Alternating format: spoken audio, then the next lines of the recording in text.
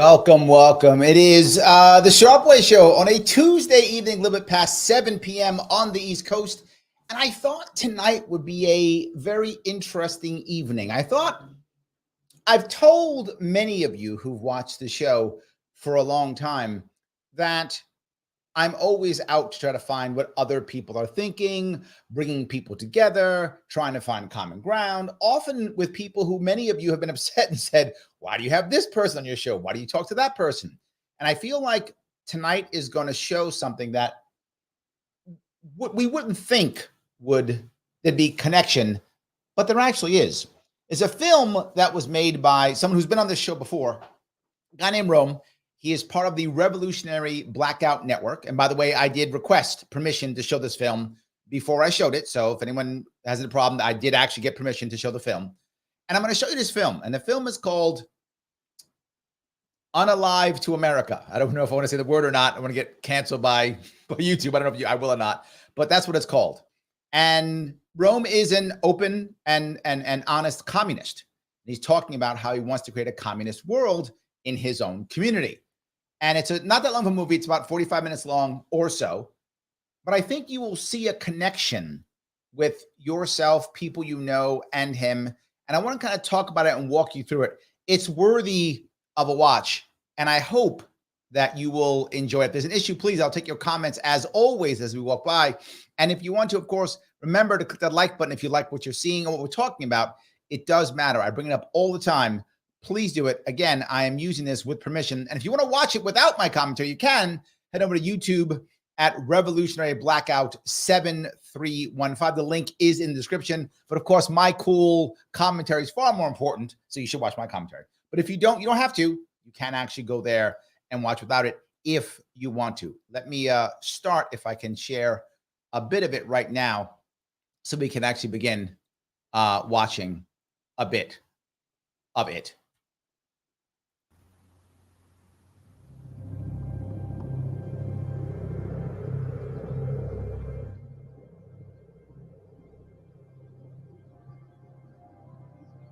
I hope you can hear it. Let me know if you can't.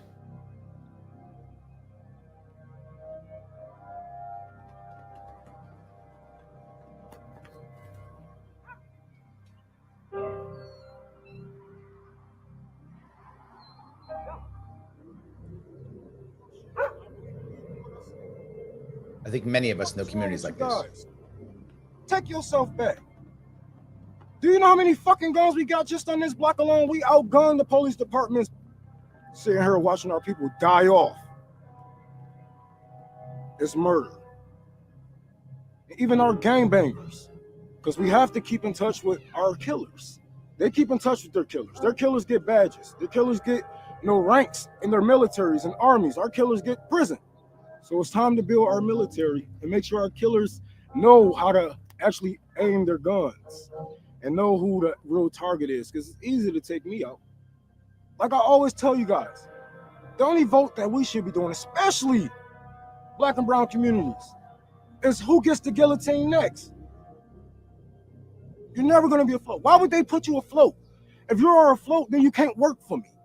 If you are afloat, you can't fill my prisons. If you are educated, how can I get you to fight my wars? What the fuck? So when I say death to America, I really mean death to America.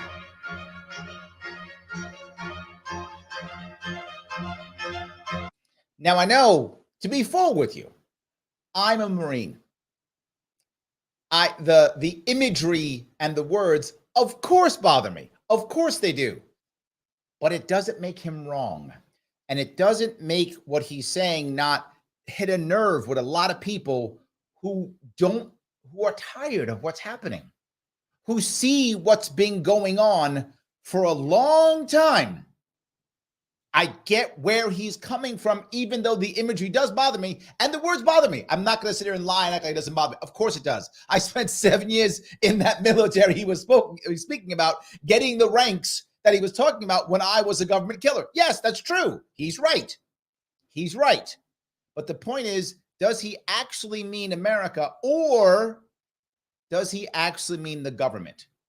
Right? And I would hope that while the imagery of saying that that does move people correctly. I would hope he actually means the government and not America as an idea or even America as the people is my hope. But I'm sure he can correct me if I'm wrong. Yes, Joe, you actually read my mind. Joe literally asked that question. America equals government? Well, if you're being oppressed by the government, maybe you would think that, right? Maybe you would think that. So I guess you could see it as both. You could. Absolutely. Lots of like, that escalated quickly. It did. He wasn't playing. He came hardcore. He showed you what he was thinking. So, yes. He wasn't up. One thing, no matter what you got to think of, Rome is forward. He's not pulling punches. He's saying what he feels. Yes, this is where he is. But again, the thing to realize, there's a lot of people in this country who think the way he does. He's not the only guy in the country who thinks this way, right? He's one of the more forward ones, one of the more articulate ones, right? But a lot of people feel this way, right? Sam brings it up too. It breaks my heart that so many people left, right, and center confuse the corruption of government with America. I think it depends where you come from, Sam. Like what have you seen, right, in your life? If you've always seen America as an oppressive government, I could see where you come from. I could. But I hope he's wrong, is what I'm saying. I hope that we do have a way of changing, because I want to, Sam. I'm all about that. I do want to change that. I want to make a difference, and I hope that we can. So, yes.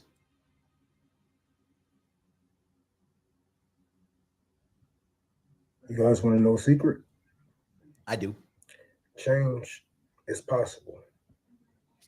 And no, I'm not talking about for society or about communism or any of that. I'm talking about you. It's possible.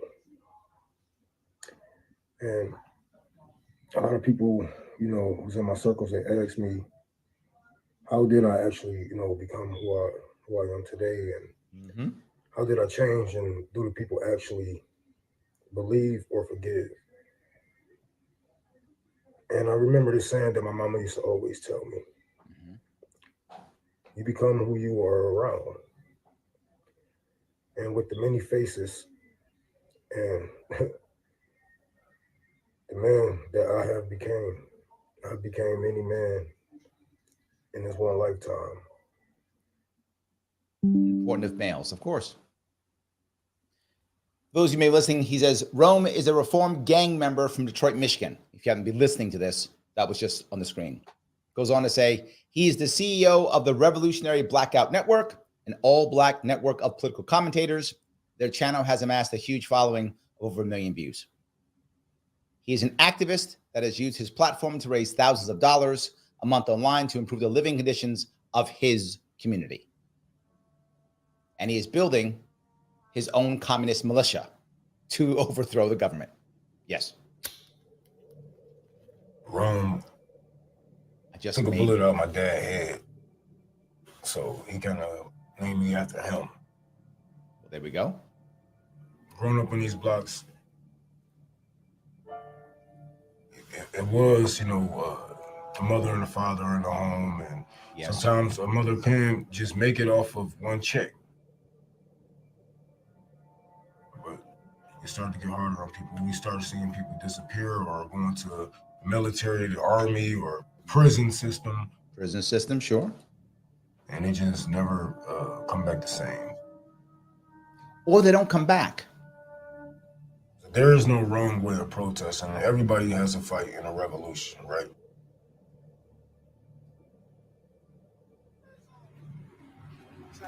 What's that word? What you charge? Yep, that's the gas station I do my gas runs at. I would do a gas run today, but I'm fucking broke, and I didn't do no fundraising this morning. So I had a long morning. I had a late night and a long morning. So look at my dude, helping people out. I told you I was gonna be here with my team. How y'all doing? Man, that's my boy. We go hand in hand. I'm ready to do my gas giveaways. He ain't got no problem with me standing up here. You know what I'm saying? Helping the people out.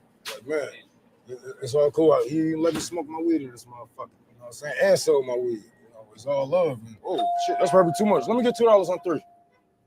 Now, the point I want to bring up here is I understand two parts of this. I'm a bit older than Rome, obviously. I'm a bit older than him. But I remember when I grew up in the South Bronx, there was still a time, and I grew up in the 70s, right? And so I still remember that most teachers would say, we're going to call mommy and daddy, right? When teachers were mad at you, or I'm going to tell your mom or your daddy, you'd hear that all the time. There were still, in most cases, there were still two parents in the family. That changed heavily in the 80s and 90s. But in the 70s, that was still a thing for most, even poor neighborhoods. I grew up in a poor neighborhood in the South Bronx. So obviously, it's not Detroit, so it's a different neighborhood, but I get that concept. But if you see here something else, Rome knows the people in his neighborhood. He knows who they are. He's connected to them. And in today's world, most people aren't. I got a little gas can trying to cut this damn yard. All right. Oh yeah, man. Black Atheist says, I was taught this from old generations. Our lives and futures have decayed. We have to fight for something better. You're not wrong. Commies cuts. We're gonna be going around cutting lawns, people, trees, bushes, whatnot. Everything for free. Everything for free. But this it's not for people who's trying to take advantage of it. And if you have a man at home, no. Now, hear what he just said. He's going around trying to fix his community, right? He's trying to fix his community on his own, going out there cutting people's lawn. But he said, if you have a man at home, no. Think about why he has to say that. And for those of you who've grown up in a community like this, you understand. But for those of you who haven't, who that's not a thing, think about that. He goes around and cuts people's lawns, cuts their trees, helps the people in his community, because a lot of those families don't have a man in that house to do that work. So he will, for free. This is the community that I speak about all the time, that I talk about community helping versus government helping. This is what the community actually doing better, knowing which house has a man in the house and knowing which one doesn't. Oh, you don't have a man? Let me help you out. You got a man? Get him out there to cut the goddamn lawn. We're rolling now. I met Rome when I was a long time ago, so it's not that. Rome has always been that person. Like, seriously. He's always been that person.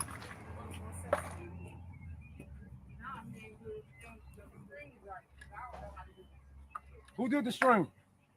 Rome is my best friend's brother's brother. That's how you think about it. Yeah. He just became my little brother. Family and community. Stupid lazy Americans. How I met him, honestly, was about the fuck. Hey, Rome, stop! I'm talking about you right now. When he was younger, he would say that, oh, yeah, I'm going to do this, I'm going to do that. I'm be like, whatever, Rome. No, but when he got older, he actually started doing this. And I've been with him since he was 15. So at the end of the day, I know for a fact what he stands on, when he say he going to do some shit, he going to do it. And I'm talking about... That's amazing. He started going and taking care of people and asking people what they needed and what they wanted or what they desired. It wasn't about, just doing some shit. It was about making steps and just getting up and moving and making us as a Black community better. Making us, and it wasn't even, in the end, it went further than me in a Black community. It went as just a community, as a people race. Doing better. Past race. Historically, community leaders, especially people doing stuff like him, have also become targets either through the government or... Oh, no, the government has definitely got a problem with it because guess what? The government does not help us. Do you hear that? They don't help us because guess what? When I watched Rome moving and doing things, I saw when he asked for assistance. No, I'm being real. He did not get help. Like he has to raise money online, like when there's just so much money being... Do you want to know what the problem is? The problem is he's Black. He's Black. And they don't believe that the fact that what he's doing is what he's doing. I disagree with her on this one.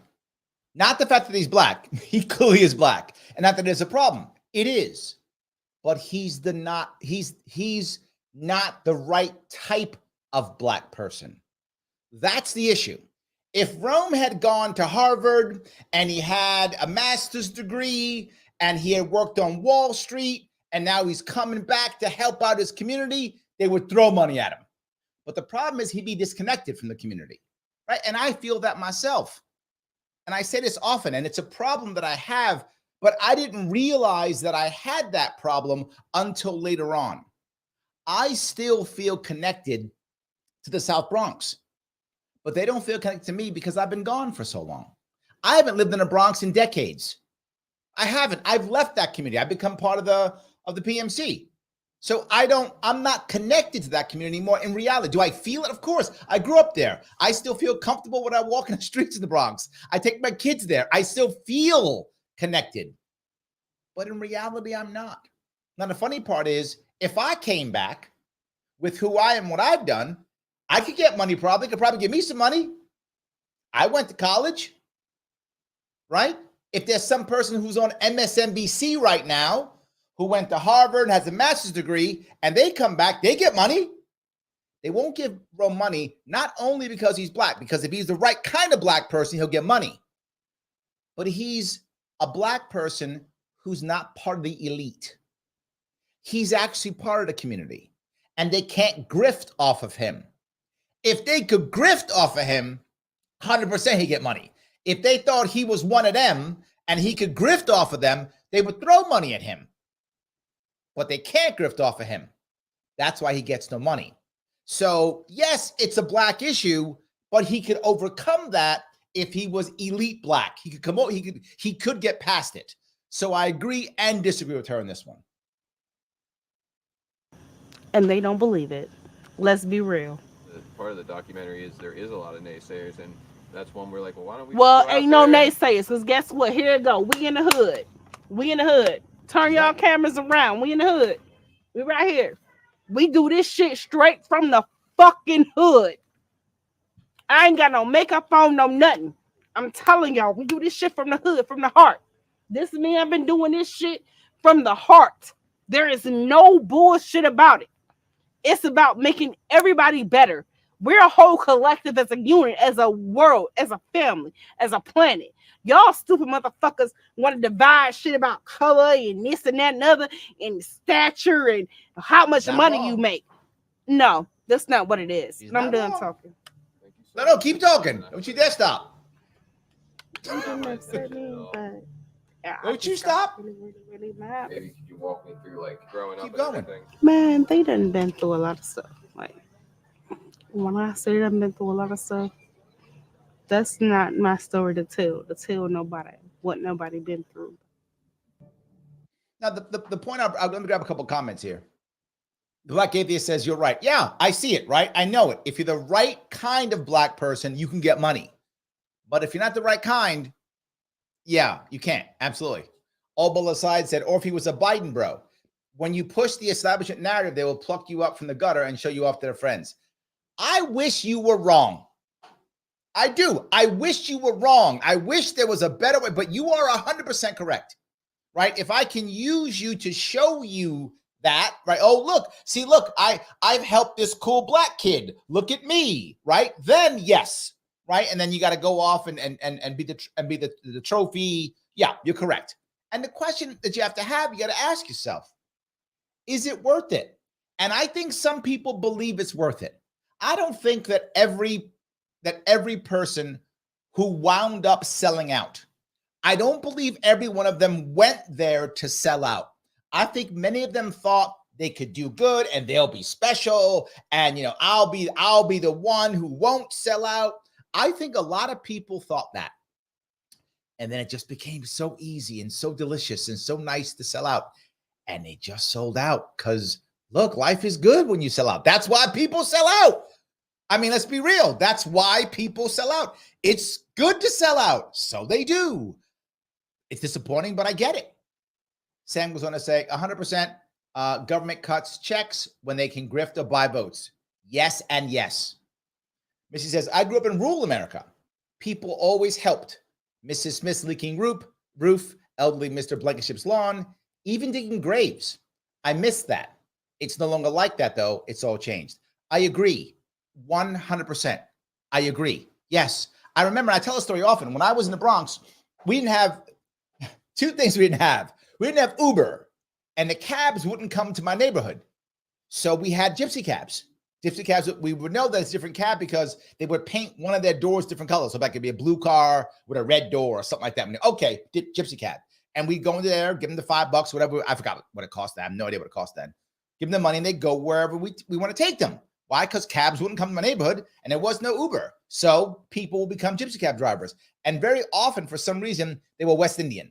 I don't know why that was a thing, but when I was a kid, grew up in the 70s, they were always like Jamaican, from the Bahamas, some from the islands, one of the islands always. That was a common thing when I was a kid. And repairing cars. They repair your car. Your car was messed up, they repair it.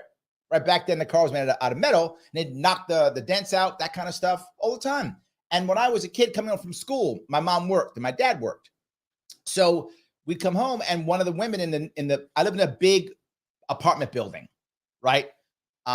6 floors, a bunch of apartments. And at the end of the day, I'd come home from school, I'd go to someone's apartment, right? I forgot her name, but we would go, I think it was Miss Sally, if I remember when I was a kid, probably 7, 6, I don't remember. But we'd go to Miss Sally's house. We'd all go to Miss Sally's house, and she would keep all the kids there. And they paid her by giving her food. I'm not joking. My mom would cook stuff and bring it over, and that's how we paid her. Like, her house was always full of food because all the moms all the working moms and working dads would bring food to her. Yeah, but Missy, you're right. That doesn't exist anymore. Those days are long gone. So, yes, absolutely. All right, Roger says, in deep concentration mode, double streaming me and Sab. Thank you. Sabby is amazing. I appreciate her. But I have cooler stuff to say tonight, so you should be doing her. Thank you, by the way, for the super chat. I do appreciate that. Yes, absolutely. So John says, there's no reason this should be illegal. A man from a suburb of Chicago who opened his basement to homeless people on freezing nights has complied with local government order to stop city officials, said the arrangement was unlawful. The arrangement was unlawful and a zoning and public safety issue, as well as a property maintenance issue. Emergency cells are not permitted on residences, Laura Valdez, the assistant manager, said. Wow. Yeah, absolutely. Yes. So let's continue if we can. Bush ass. Bush and Clinton's was the ones to move us out of here. And Obama solidified it by making the tax cuts permanent. Doesn't matter what political party. Making it harder in the hood. Yep. I love that the house is still beautiful. A stone of what used to be. Yes. Yes. This is when I learned as a young man that this government can't give a fuck about us. Doesn't. He's right. There's no way that this government gives one fuck about us if damn near my whole block is going to kill us. And Yep. This is what made us have to be socialists. We didn't even know it, but we were socialists this whole time, and it was us that was feeding each other and helping each other with rent. Now, as I Yep. come back, not even 15 years later, it's destroyed. These were the blocks that we used to supposed to grow old in. Mm-hmm. I'm glad some people still holding it down. Like, fuck that, I'm not leaving the Grove, because that's how I was. That's how my mama was for a minute, but we just couldn't take it. You know, Yeah. everything being so high and no lights, no gas. My step cousin Dot used to live right here. This was a beautiful brick house. Beautiful brick house. We used to have a trampoline in this alley. I mean, this field right here. If you ever, and you see something similar, if you ever head to some of the, for those of you who know New York City at all, you go into some of the poorer neighborhoods, and some of the architecture on some of the most poorest housing now is amazing, because at one point it was built to last. It was built for more middle class, even middle upper class families. Most people don't know this, but the South Bronx used to be a very heavily Jewish neighborhood. Now more Northern Bronx has more of a Jewish population, and Brooklyn has a huge Jewish population. But the South Bronx used to be a heavily Jewish population, and most of them were middle class. Most of the people there were middle class, and the buildings there were made for middle class workers. That's what they were built for. And they changed and moved and shifted. And I think he said a similar issue. Obviously, it's different. It's not New York City, but it's a similar issue. The mattresses, everybody come together and play. Like, man, it was nice. These are brick homes. Like, this isn't some wooden area. These are brick homes, and it takes a lot to just let a brick home fall. I can burn one of these motherfuckers right now and they still be standing. It's true. They're hardcore buildings. 15, 16 years ago, that's when we actually left. It was the same thing, you know, everywhere we went, we started to jump down there house to house. 1990 something, my grandma got a reward for the most beautiful house in Detroit or some shit. Oh, that's amazing. This is one of the most beautiful houses in Detroit. Love that. Yeah, this shit. Cause I got so many memories in this motherfucker. It's our kitchen. Man, grandma used to fry the chicken. Man, we had one of the best Christmases on this block. Right here, my mama had a tree.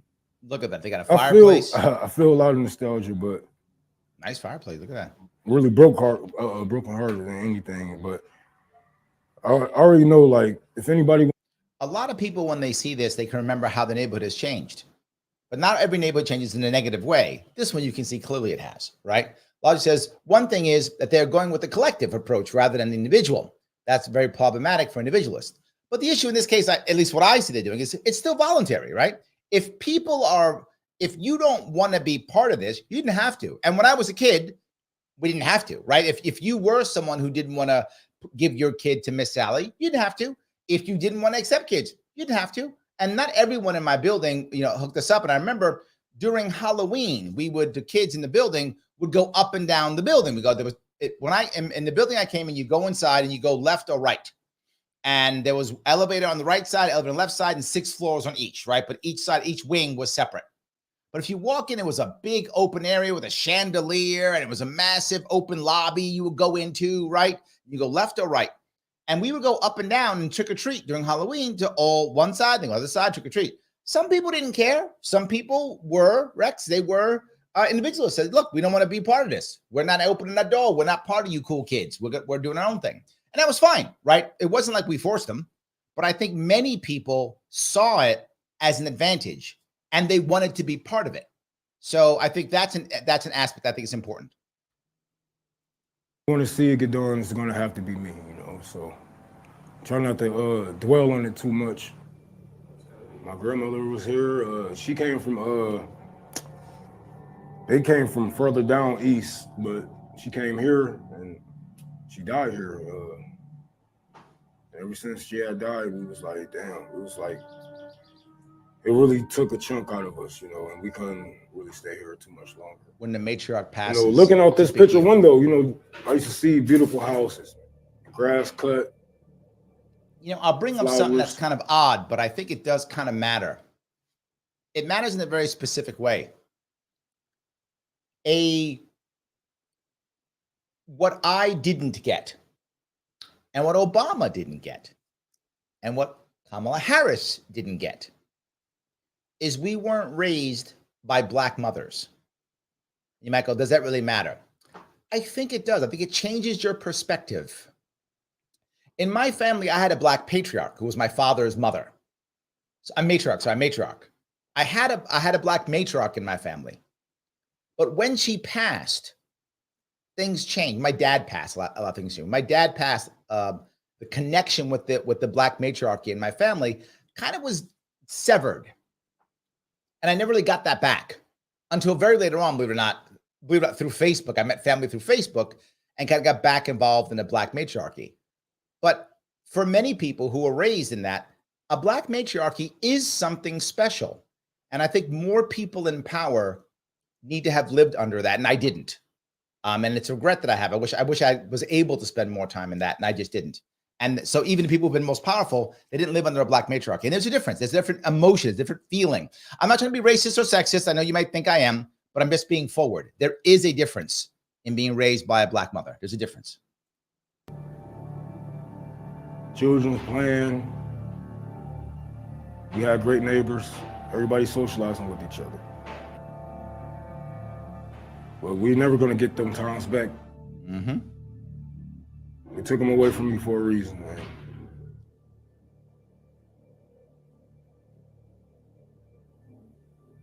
I took y'all to jail, took y'all to City Grove. Like this area that we are in right now was a blood control area. But we was a little bit younger. We was a little bit younger than the generations that was bloods. We went a different route. It wasn't really just because people wanted to be different. It's because we was victimized by bloods. You know what I'm saying? Ooh, okay. This is 11852 Menden. We was rappers, gangbangers, activists, all in this house.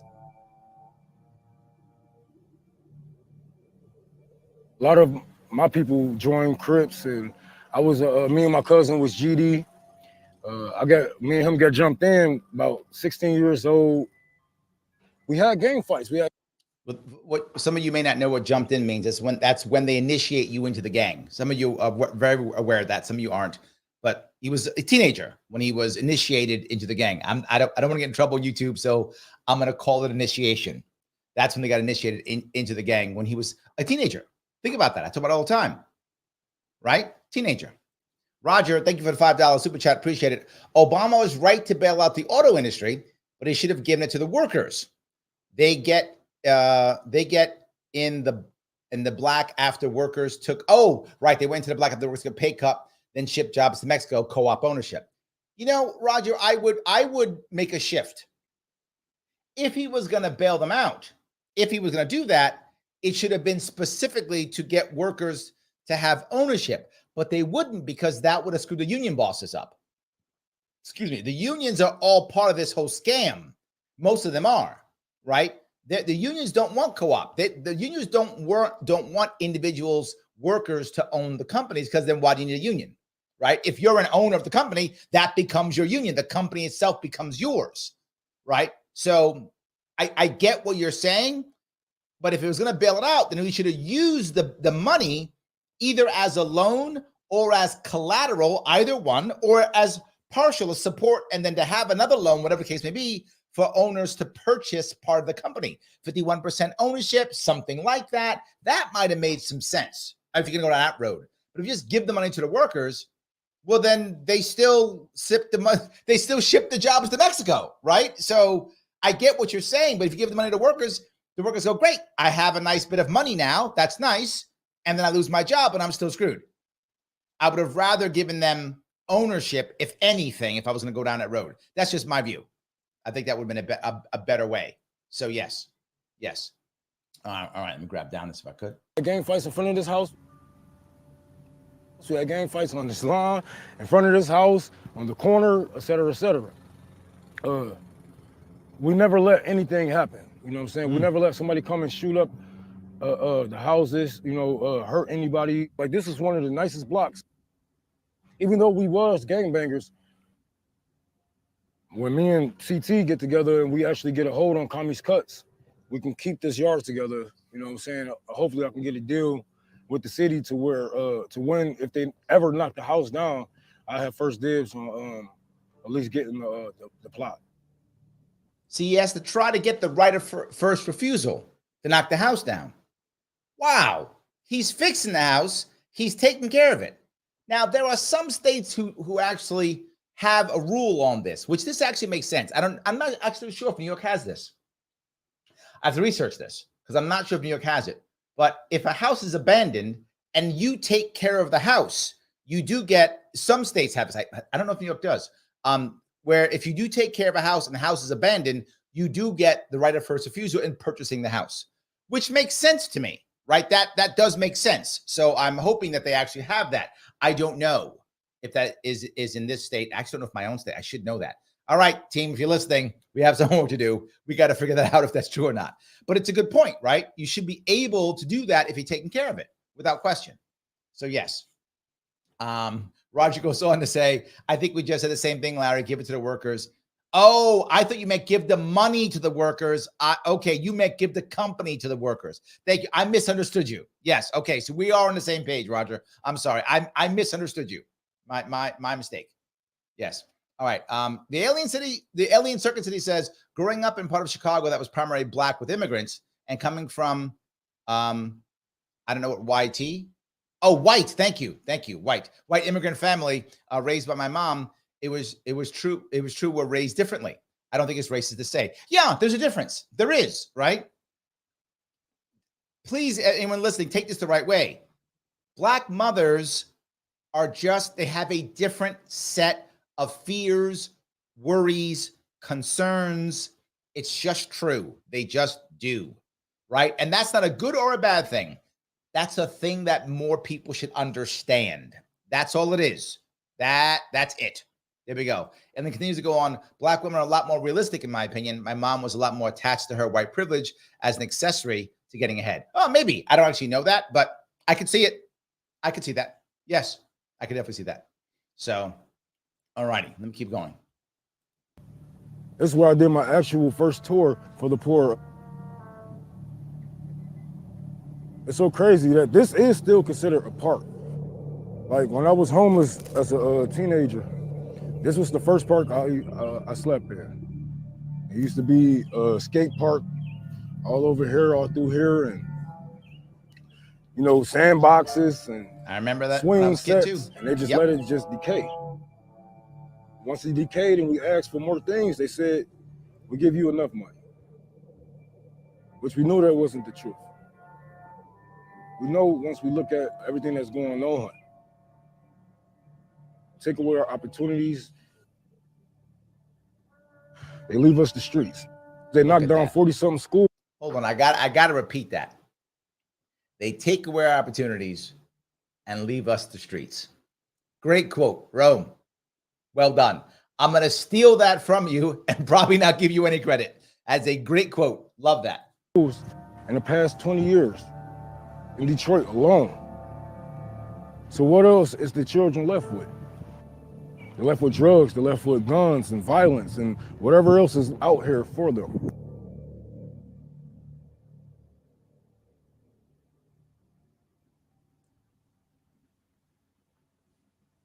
Guys, if you're enjoying this, click that like button. Click that like button, guys. It was beautiful. When people think about Detroit, they think about crime.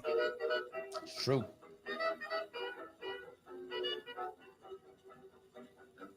They think about the riots.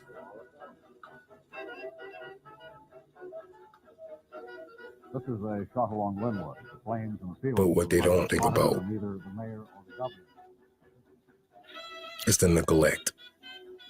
Very true. But before I get into all of that, let me take you back just a bit. 1959, Motown Records was created. Motown. Detroit took over the world with music. These cars,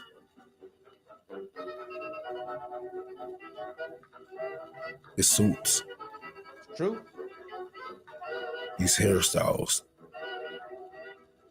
It was the place to be. One thing that the U.S. government do not like seeing is a thriving Black community. I wish he was wrong. Now, they tried many ways to go to war against us. But every strategy they have came up with, they found themselves in the crosshairs. I cannot stress this piece enough. There were so many things that you just go 10, 15 years later, it affects the entire country. And the most recent one, I think you look right now, is the war on drugs. The war on drugs was destroying Black communities in the 80s and 90s, right? My mother was a victim of that. My mother was a convicted felon and she was an addict. So she was affected by this 80s and 90s. It was affected back then. And then now it's the 2000s, 2020, 2010, and all of a sudden now it's affecting the entire country, right? When I was a kid, the guy who was drunk was called a wino, right? He was called a wino because everybody was drunk was called a wino. If you ever watched the old TV shows like Good Times and the Jeffersons, they actually used that phrase, the wino, right? And that was the person who was supposedly in trouble who was outside, but he was the oddball. There was like one of them, right? He was like the town the town wino type thing. It wasn't like everybody was doing it in the 70s. All these, that was the image of it and how we felt. But when it came, as the time kept going and the war on drugs exploded in the 80s and 90s, oh my God, it was a massive problem. But not for the rest of the country. It really was only in the Black communities, and to a different extent in Native American communities too. That kind of too also. But Native Americans are always pushed to the side all the time. But it was mostly in the Black community.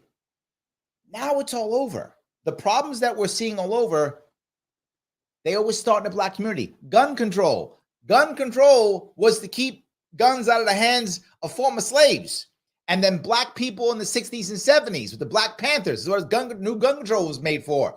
Ronald Reagan was trying to get rid of the guns out of the Black Panthers, right? FBI trying to make sure the Black Panthers and the militias in Harlem couldn't have any guns. Well, now white people dealing with it now, aren't they? The whole world's dealing with it now. The whole country's dealing with it now. He's right. You start trying to control one minority, and then it affects everybody.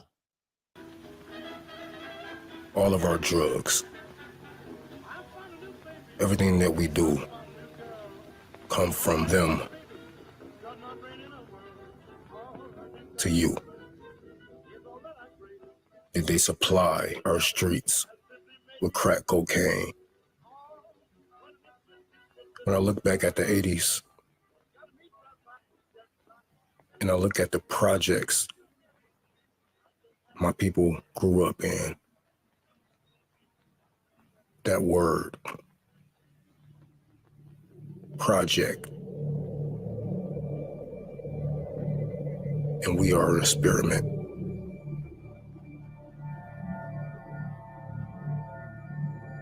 Nothing has changed.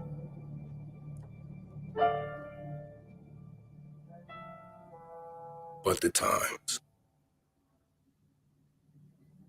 So Joe brings up a very important point. He says, we should all be defending each other's rights, even when we disagree or are not impacted. Yes, Joe. Yes, yes, and yes. You know that old saying from the Nazis? Was he Norwegian? Was he Scandinavian? I forgot. The guy who says they first came for the communists and I said nothing. They then came for the Jews and I said nothing, right? And when they came for me, there was no one to say anything, right? Yes, yes. When they start attacking the rights of any minority, we should be like, whoa, whoa, whoa, whoa, whoa. We're all part of some kind of minority, right? We're all part of something. And eventually they decide that we're the minority, right? And then they come after us. 100%, Joe, you are correct. And this is exactly the point I think he's making. I mean, I could be wrong, but I think he's making that.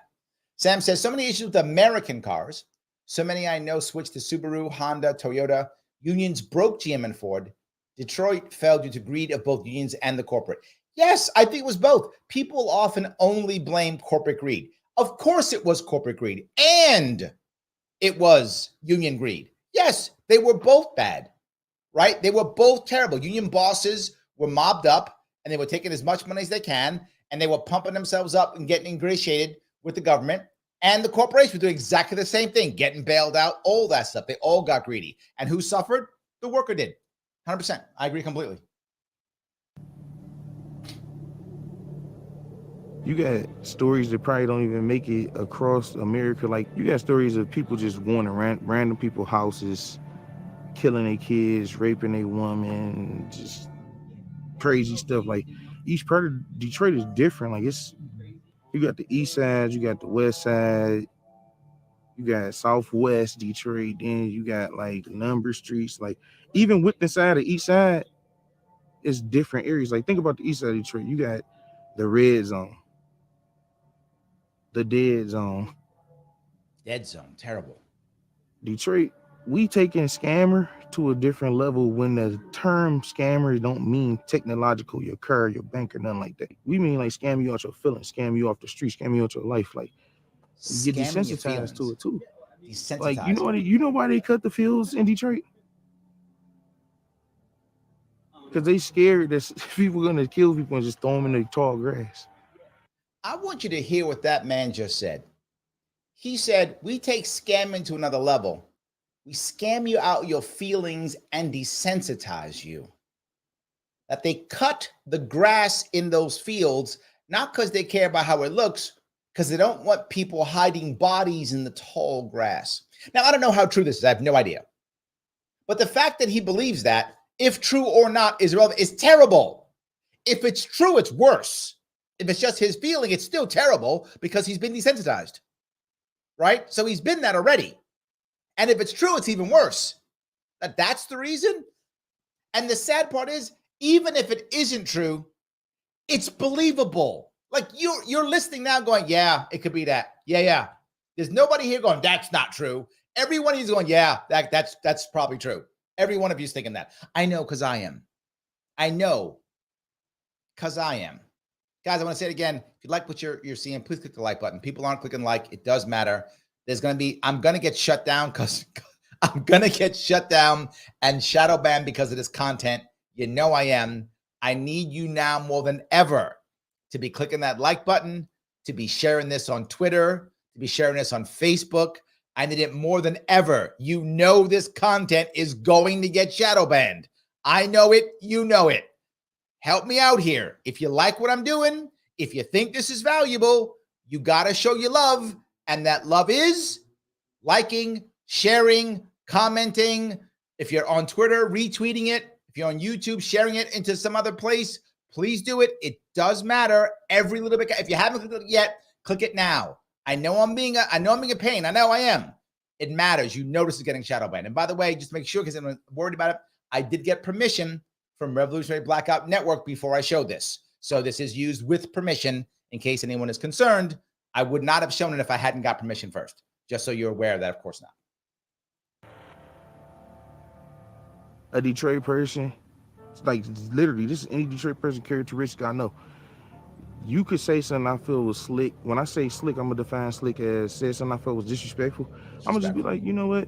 It's cool, bro. You got it, man. Don't worry about it, man. All right, go on about your business. You wouldn't even suspect me to come back 10, 15. Don't let you be in the same spot. I'll come up 10, 15 minutes later in a different car. If I'm not gonna hop out the car and walk up on you, I'm gonna ride by and it's over. It's like, I've been bullied. I've been robbed. I've been beaten. I've been hit in the head with a gun. I done had people come up on me and I done cried about it. Let me explain this piece to you that I think some of you who've been through this will understand it, but if not, maybe you don't. One of the hardest parts about this is the idea of being so disrespected that you just lash out. And you might go, Larry, it's not right. It's not fair. You shouldn't use violence. I would agree with you. You should not. You should not use violence. But how do you gain any respect? How do you stay a human being? How do you live with yourself when there is no other way to do that? Right? When there's no other way. And that goes in every aspect, right? If someone is bullying you, if someone is bothering you, if you're constantly feeling scared or attacked or pushed, of course you want to strike out. Again, I'm not validating. I'm not saying it's correct. I'm saying it's human. It is natural. It's what so many of us want to do and do. It's why they say violence begets violence. Yes. How was up? We was probably like, what, 26, 20, Yep, 25? 26, 27. Man, they ran up on me. I'm literally enjoying a slice of pizza. And it's slice pizza. They ran up, they pulled up on me with their headlights off. The car was so quiet, I didn't even hear them get out. Of course, I guess if you're gonna rob somebody, you're not gonna park there and shut the door. No, he said, guess FBI. He don't know how to do it. They hit me in the head with a pistol. I don't even know what gun it was. They hit me in the head. I fell on some glass. I turned around. I literally didn't get to swallow my pizza. I spit it out. He said, what the fuck is you doing? Is you throwing up? I said, no, man, y'all robbed me. Shut the fuck up, you bitch ass motherfucker. You pussy ass nigga. Man, they grabbed money on my pocket. He told us 40. Man, that's all you got, bitch. I'm about to kill this motherfucking nigga, dog. There's people like, nah, bro. Then he like, man, take that nigga's shoes. Because I'm like a pair of $280 shoes. So he went to grab my shoe. I'm wiggling my foot. Like, this guy, he had this big ass gun with a fucking laser on that bitch. Like, you want to die for some fucking shoes? At the time, I'm not crying when it was over. Walking home barefoot and shit in the middle of the fucking night around the corner from your family, knowing you got weapons, you could have protected yourself. I felt played. I cried like a fucking baby. I want you to really understand how much he remembers of this. This is years ago for this gentleman, at least 10 years ago. He remembers it vividly, as I think anybody would, right? He remembers this vividly. And he felt like he was attacked. He was beaten by near his family, right? Walking home barefoot, lost his shoes, didn't defend himself. Of course he felt horrible. You would too. Of course you would. Right? Who wouldn't? Who wouldn't feel like that and want to strike out and want to be angry or just have PTSD? Right? Guys trying to have some pizza. People like pizza. You want to have some pizza? All of a sudden you get hit in the head. Someone beats you up and takes your shoes, calls you names, insults you in front of others, and you got to walk home barefoot with no money. I get it, right? I get it. It's a tough place to be. There we go. So let me grab a couple pieces of comments if I can. The Kaiwan calendar says this documentary is pretty good. I think he means I've never seen something on the left as not as punishing and always have a. I'm not sure what you're saying, but I think he likes it. So that's a thumbs up is what I'm going to get from that. That is a thumbs up. Yes. Shell, thank you so much. I just clicked the like button. We need free speech. Thank you so much. I do appreciate it. Yes. 100%. Yes. 100%. And then Joe teases me, says, well, Showboy was nice while it lasted. It was, but we got to keep going. Yes, absolutely. So Dave says, from Omaha, Nebraska, a former Hell's Angel was convicted of first-degree murder Friday for killing one at a drug party, dumping her body in a manhole where it remained undiscovered for 9 years. Wow. He then goes on to say, so dumping a body in tall grass, Detroit, yes, believable. And that's my point. Yes. Yes. Absolutely. Yes, 100%. Black Atheist says they don't think about the undiagnosed PTS, undiagnosed, I think he means, undiagnosed PTSD from the Black communities. You wonder why, there is an image of the angry Black man, right? That's an image. Well, wouldn't you be angry? Wouldn't you?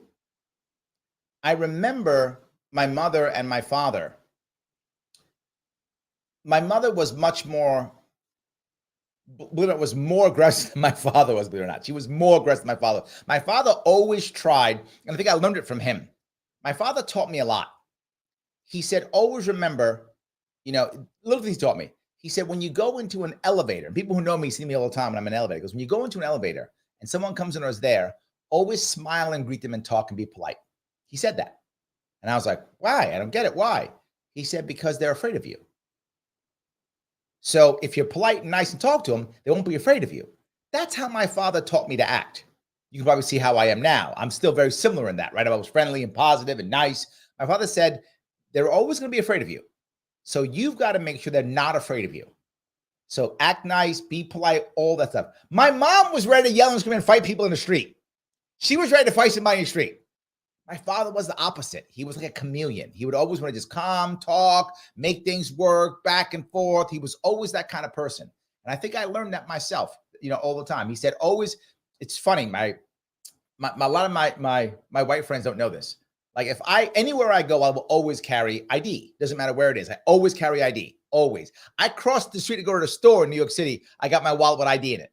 Guaranteed. My father told me, he said, always have ID.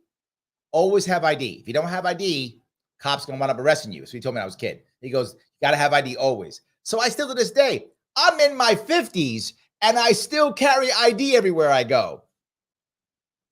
So yes, I do think there's a lot of things that, a lot of things are undiagnosed. I think there's a lot of issues that people deal with it coming out of any Black neighborhood. I agree. Not that other neighbors don't also. Once again, I might look intimidating walking up the street because I've been a victim. When my boy Rome pushing this communism, I done been a victim. So now I look intimidating to the people that don't like it because we tired of being victims about it. Think about that. So if we're going to do somebody, we're going to start off on a positive note. We're going to try to help the community.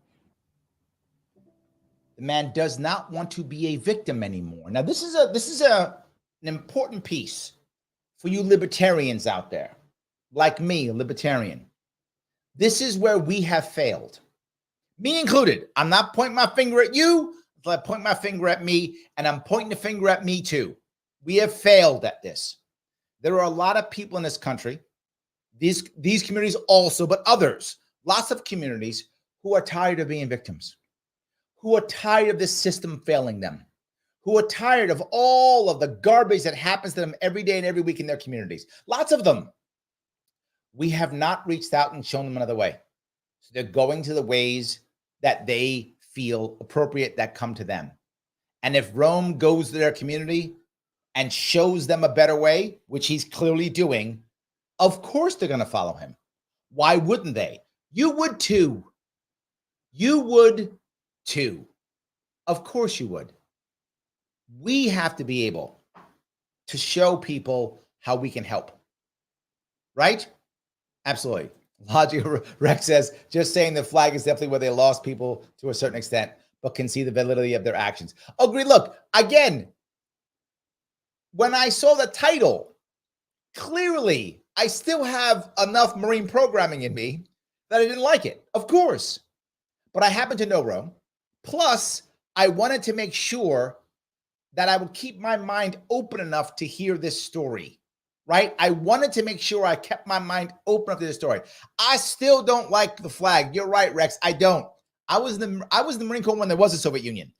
I was taught they are our enemy, that I have to kill them. We used to call them Ivan. That was the name we gave them. So I already got the programming. So that's still in my head. So I don't like the flag. But it doesn't make him wrong. If that makes any sense, right? It doesn't make him wrong, but I have to accept I'm not going to like it. And I think you're right. I think you do lose some people with it, particularly people of my who've been in the military when I was. I think, of course, you're going to lose them. I get it. If you're at that age, you probably like, what are you doing? Why are you doing that? Why are you doing that? I get it. But I think that's where he's going to go. And that's what it is. So, yes.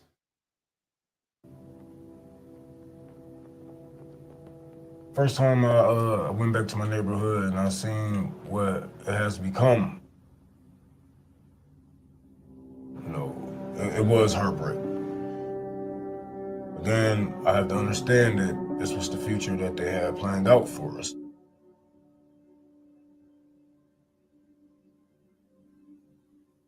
This is when I started to really focus my anger.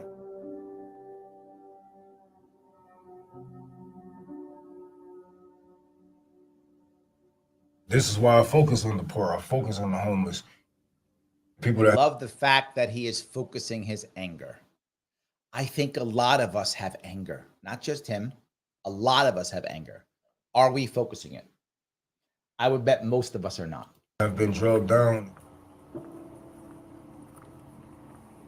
They know that they want a better system. They just don't know what system is going to replace this one.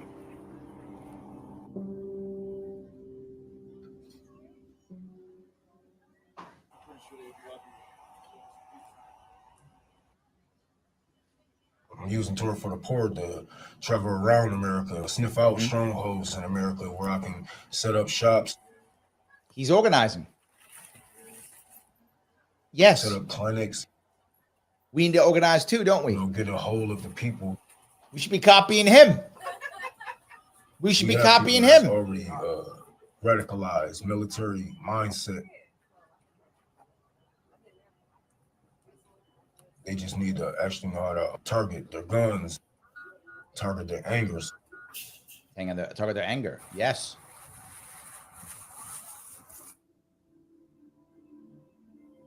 Tour for the Poor is a propaganda train.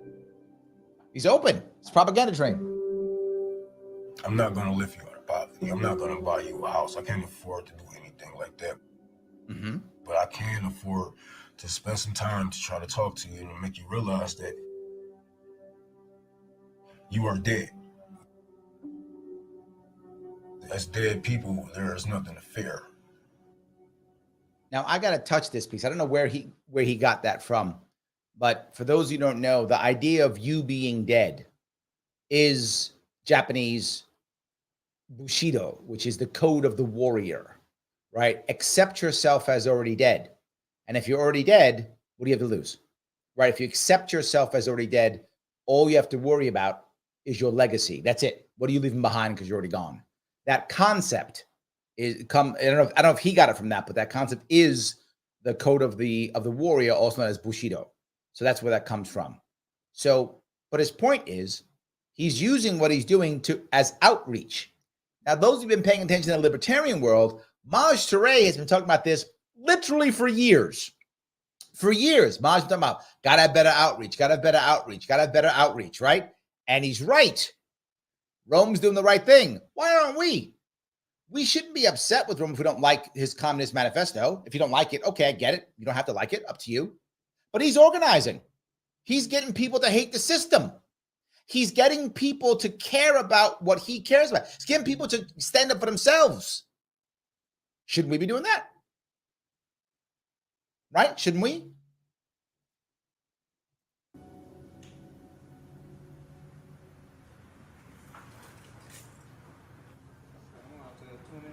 Oh yeah, man. It's a lot of good shows in there, man. We touch bases from down there, from Africa to Russia, the shit that's going on in the neighborhood. Down there, do everything. And if you want to get down, shit, you can take down my number actually, because I'm building a militia. You got a felony. You said what? I'm building a militia. Uh-huh. You got any felonies or anything? I got one, but I'm working on getting that taken care of because that was back like 7 years ago. So. Now, think about this. He's going to the pizza joint to get pizzas to feed people. That's what Rome's doing right now. He's going to the pizza joint, get some pizza to feed some people, right? Meets a guy next to him, just starts talking about, hey, we're trying to fix some things. We're getting stuff. I mean, he's pitching to some guy. He didn't know this guy, doesn't care. He goes, you're in the neighborhood? Come on in and join. And he's open. I'm building a militia. You got felonies? Now, this part gets me upset because it shouldn't matter if he has felonies. If this gentleman is not currently in prison, then he should have a right to own a firearm to defend himself. I told you guys this. A lot of you didn't believe me. I said, if you go far enough left, you get your guns back. Yeah, we've gone far enough left here. The guns come back. Rome's all about firearms, as every libertarian I know is, right? And he's saying, you got any felonies? We got to work on that so we can still get you a firearm. That shouldn't be a thing. And it bothers me that he has to ask that question because, again, I get you don't get a firearm when you're in jail. I get that. That makes total sense. But once you've paid your debt to society, you are out of prison, out of jail. Why can't you have a firearm? Because the government says so. That's it. Shit, nigga, if you down, shit, take my number down. Like right now, I'm getting started at something out in the Hoover area. I'm gonna be I'm starting a community garden, and I'm gonna build me a thrift store right there. All the clothes gonna be $10 and less and affordable. Everybody.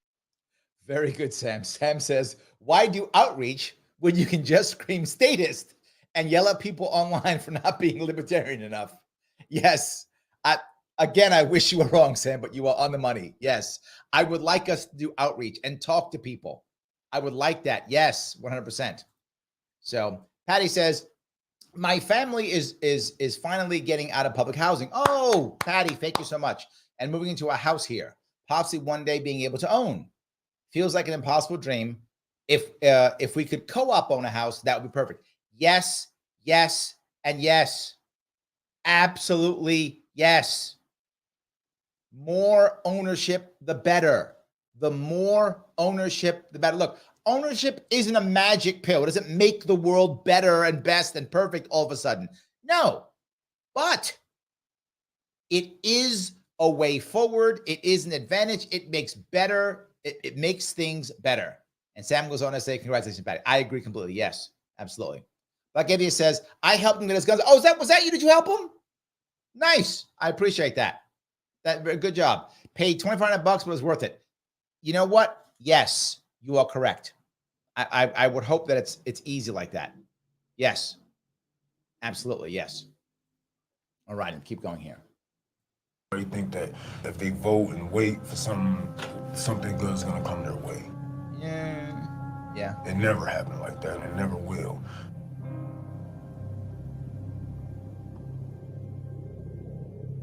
Just vote harder. We just have to get on the ground where the people are already beat down and shot up and down on their luck. Now, this reminds me, if you remember recently, Bill Maher did an interview with Marianne Williamson, and she was talking about how people are hurting, right? And he goes, I look around and I see people that are just living their best life.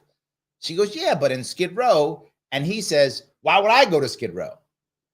Now, what I liked about that is he was being honest. I mean, Bill Maher's not going to Skid Row. He's not. That's true. He's not going. He was being honest.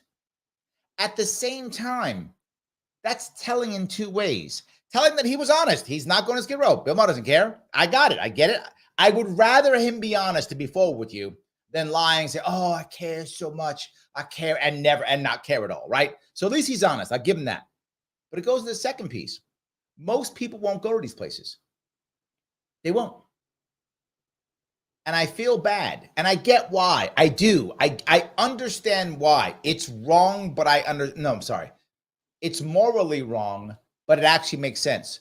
Most of the people in these areas, like here at some wellness center, they're not going to vote.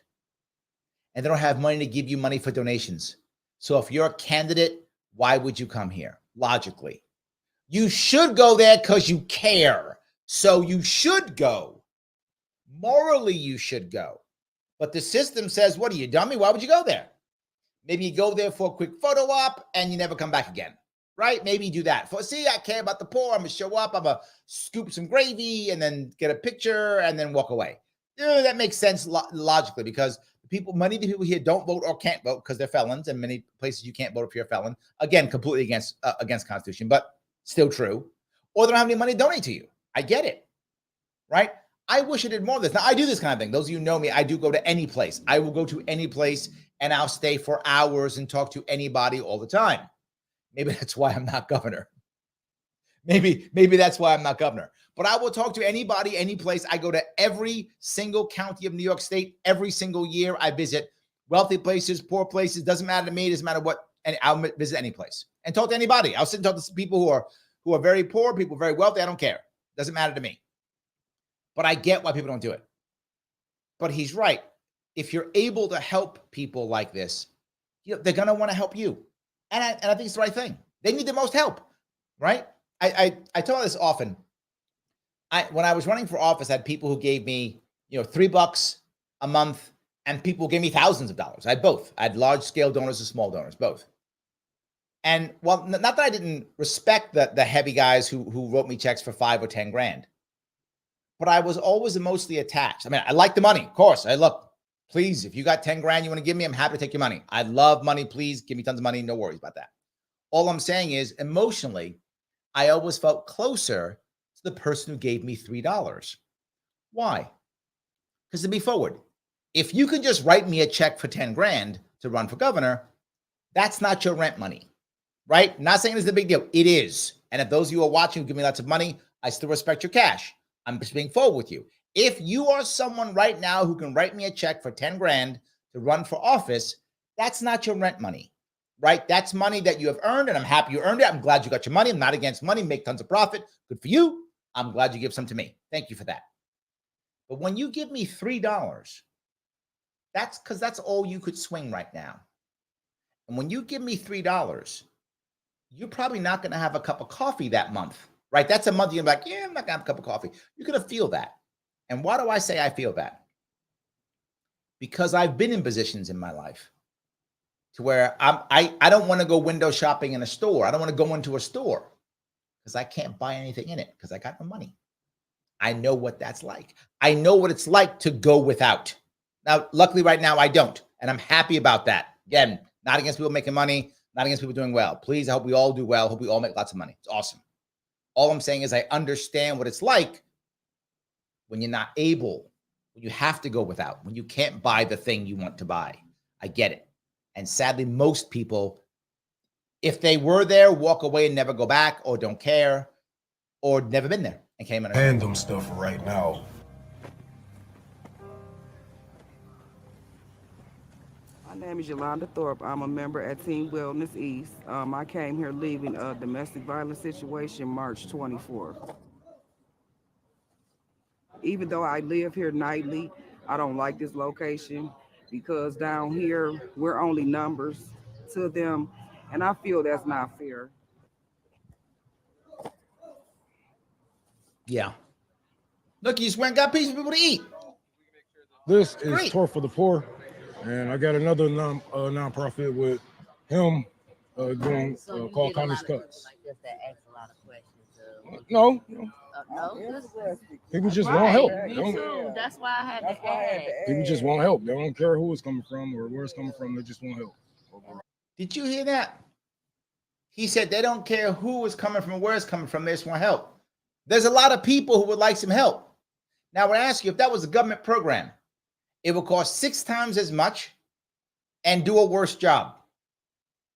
His is cheaper, better, and does a job. I would bet the people there probably like the pizza he got because he knows the people there. They probably like that pizza. So he went and got it, right? He went and got what the people want. He's giving them stuff, clothing and stuff. He probably knows what they want. He's part of the community. Odds are he's got it right. So yes. That's wonderful. Well, we thank y'all for your kindness for real. No problem. Thank you so much. One of my sisters up here. I don't know where the hell she at, but She's somewhere, huh? yeah, she's somewhere.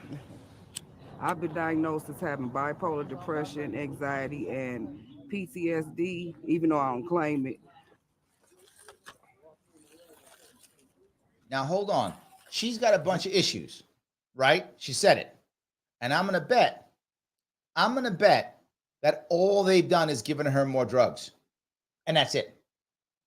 That's it. We have decided that there is we don't want to actually give people actual help. We just want to give them pills. That's what I'm going to guess. See if I'm right. Maybe I'm right. Remember. Shit, I don't even know which is which, bro. Hey, yo. Anybody want this cheese pizza? This reminds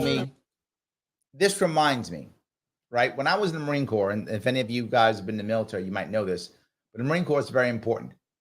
When you go out into the field, and again, some of you have been in the military will know this, you go into the field, you don't often get hot food. Most of the time, the food you eat is the meals ready to eat. It's cold food. It's not hot food unless you heat it up yourself, a little fire you make, that kind of thing. Otherwise, you don't get hot food. Every once in a while, you'll get some hot food, right? They'll literally bring trucks out and the troops come back from the field and you'll get some hot food. There is a tradition in the Marine Corps that when the hot food comes out, the most junior people eat first. So the privates eat, right, first. And if you run out of food, then seniors don't get hot food. I'm not joking. So you would think, oh, well, the general, the colonel, the captain eat first. Nope. I was a platoon sergeant. I ate it last. Literally what we do also is we serve our troops. So if you've been in the military, you know this, particularly in the field, the ground side, you get hot food in the field. Who's serving the food? It's literally the first sergeant, the platoon sergeant, the company commander. They're literally serving the food. They serve the juniors as they should. It's a way of showing humility and being humble. If you're going to be a leader, you should be able to be humble. You should be able to be with the people who you're claiming to serve. Now, clearly, Rome is saying, I will serve these people. Okay, he's physically serving them, as we all should be able to do. Every one of us should be happy to serve the people that we love, that we care about. We should be happy to do so. Ronnie, or you want cheese? You said you didn't feel safe here recently. Has it always been like that, or? Up until the shooting happened, I'm not gonna say I didn't feel safe, but anything could happen, because if it was not for that young man getting killed, we wouldn't have armed security. We wouldn't have metal detectors because we didn't have it too prior. They waited till somebody got hurt, then they did something. Okay. This is a man, sure ain't. Hey, girl. Yeah. The woman is a man, sure. Brown shoe. I bet stay down. He says, ask a woman if it's a man's shirt. It's funny. Thank you, bro. Oh, man. Yeah. All my life, 46 years. What did it look like when you were? Detroit. Oh my God, it was beautiful. Oh my God. Now I ride through old neighborhoods and I literally cry like somebody died. This is the decay that we see throughout so many cities, right? It's just decay. You can see it even in San Francisco. You can see it in Detroit. You can see it in Chicago. We have to be an example, and we have to bring somebody up under our wing to show them. Yes. She's right. But we have to lead by example. 100%. For real. There are people right now who are in trouble and are still looking to the government for help. And it's not helping. It's just the government's been helping for all her 46 years. And this is what you get from government helping. She's getting it. We have to lead by our community. We have to. So. But we have to lead by example. For real. We will never recover from this. Never recover from this. He's correct. I wish he was wrong. Gone. Jobs are already gone. Jobs are gone. I wish Rome was wrong, but he's right. Have moved on. Yep. You already have your army out here. Mm-hmm.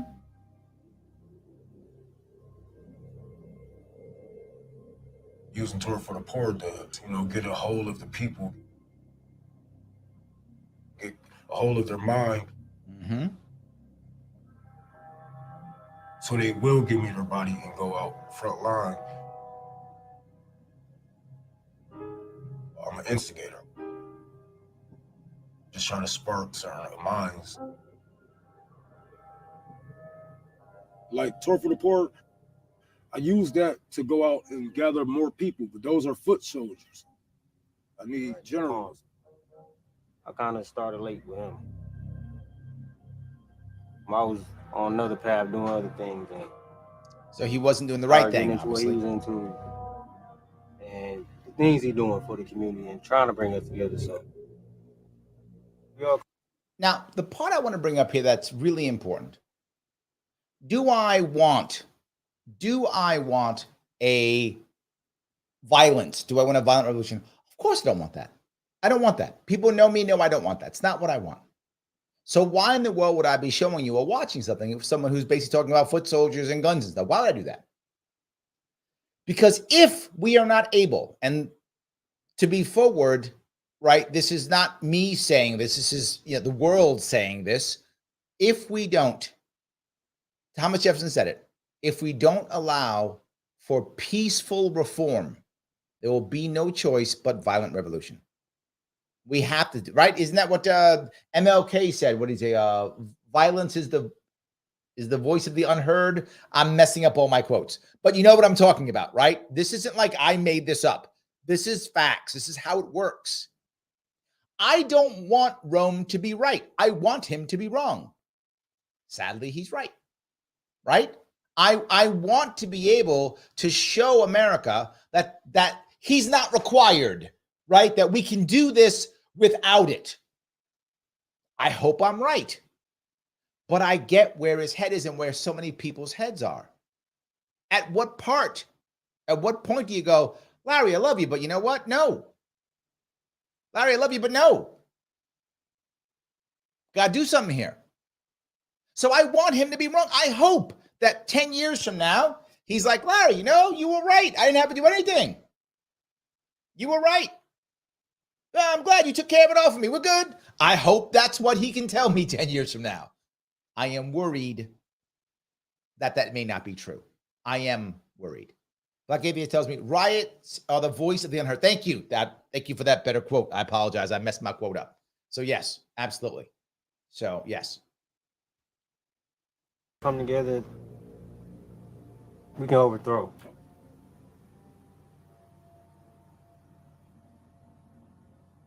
Well, militia is something, it's just a group of people that basically can get funding from the government.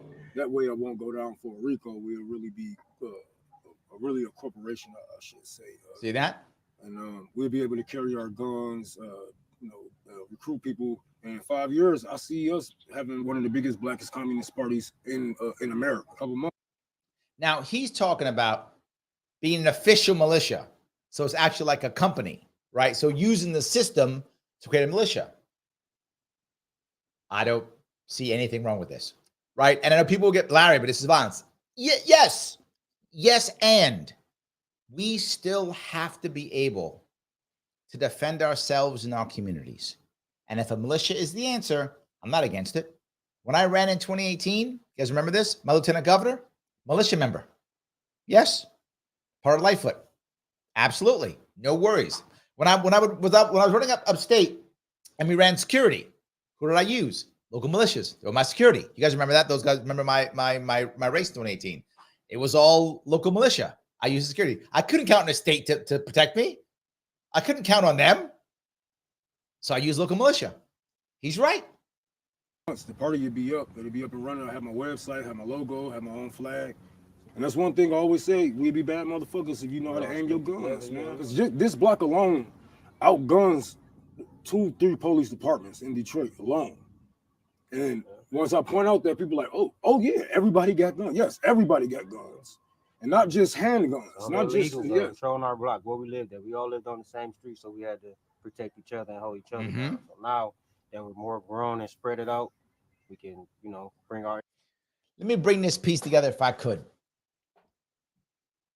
I was at a place in a tough, I'll call it a tough neighborhood on Long Island last year.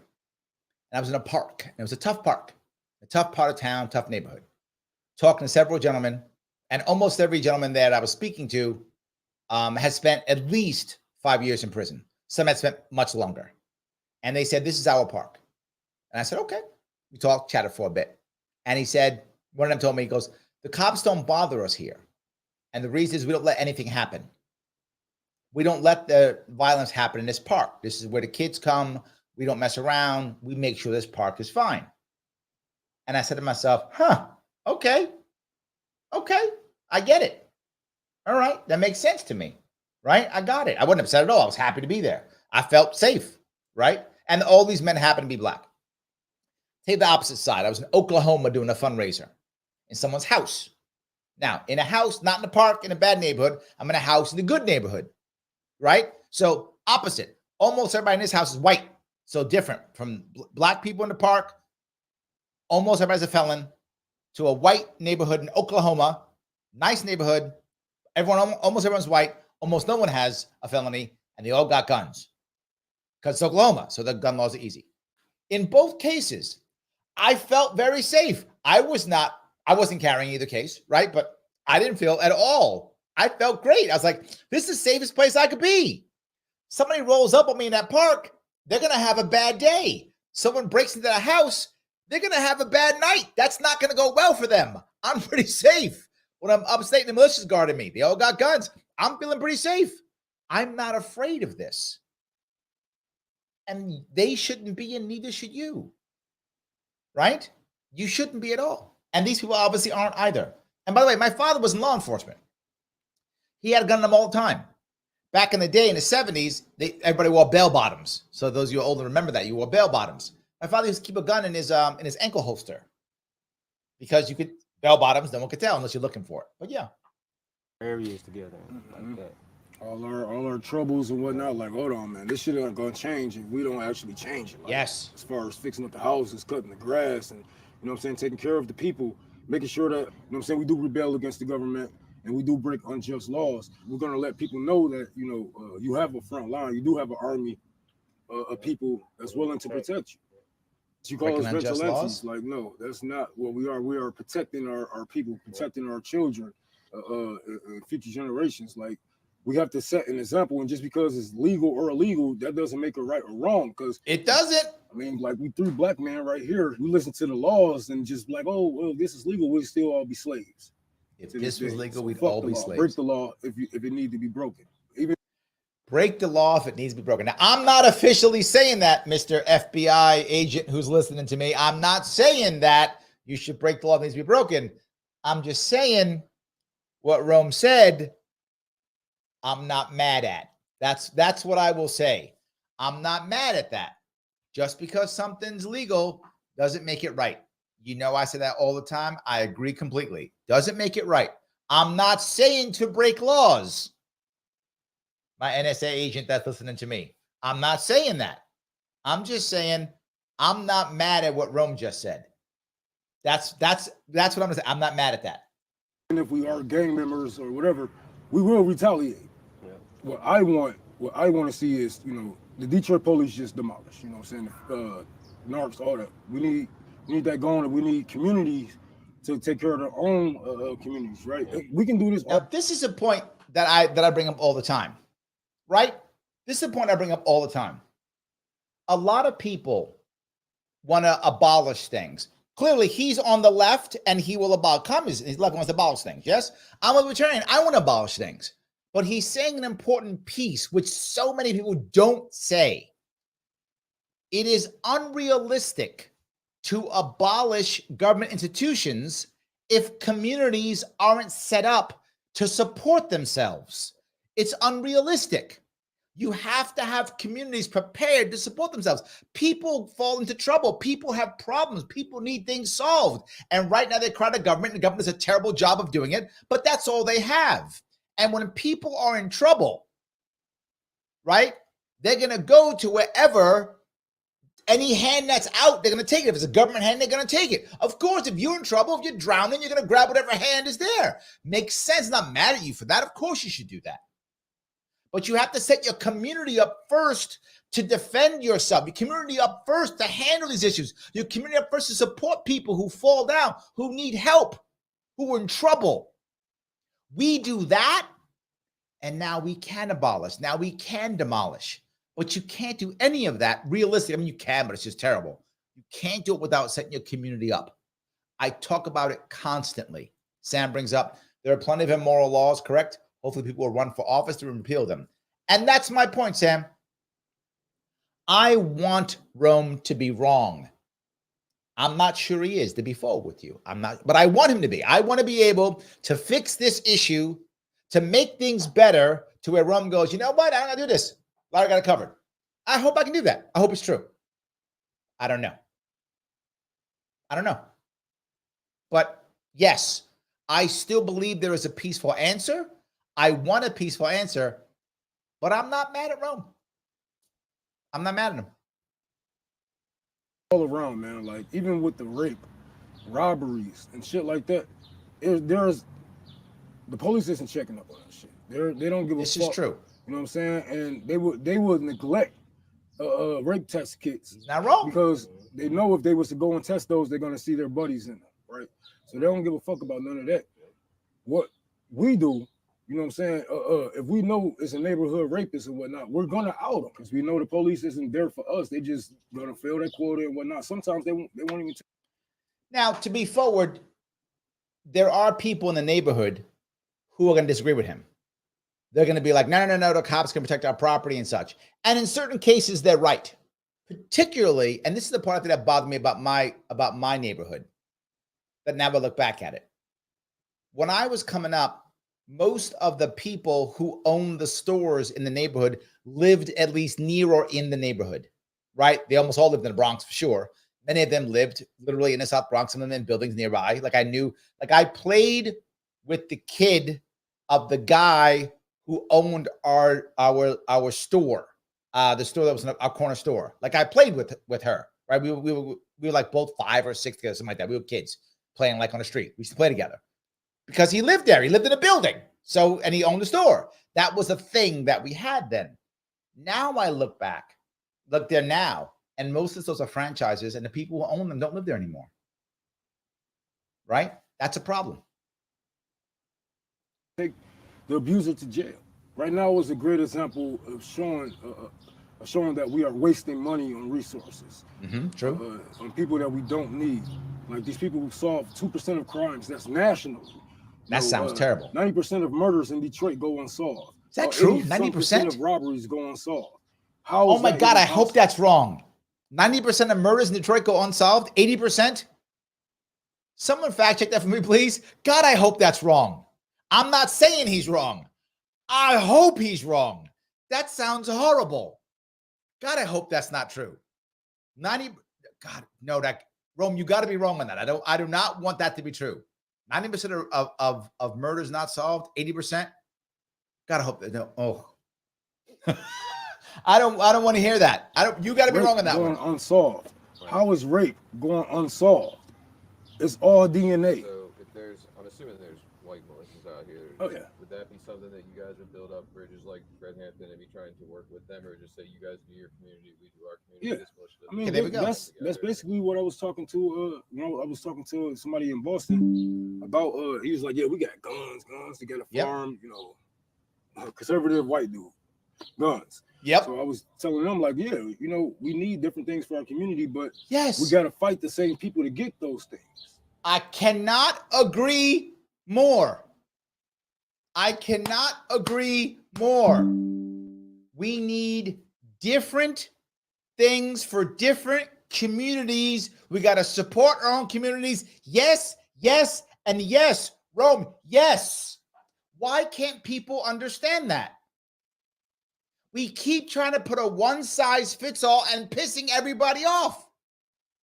I said in my state, New York, Brooklyn is not Broome County. Brooklyn is not, Queens is not Wyoming County, right? Allegheny County is not Jefferson County. They're different counties. Let them be different.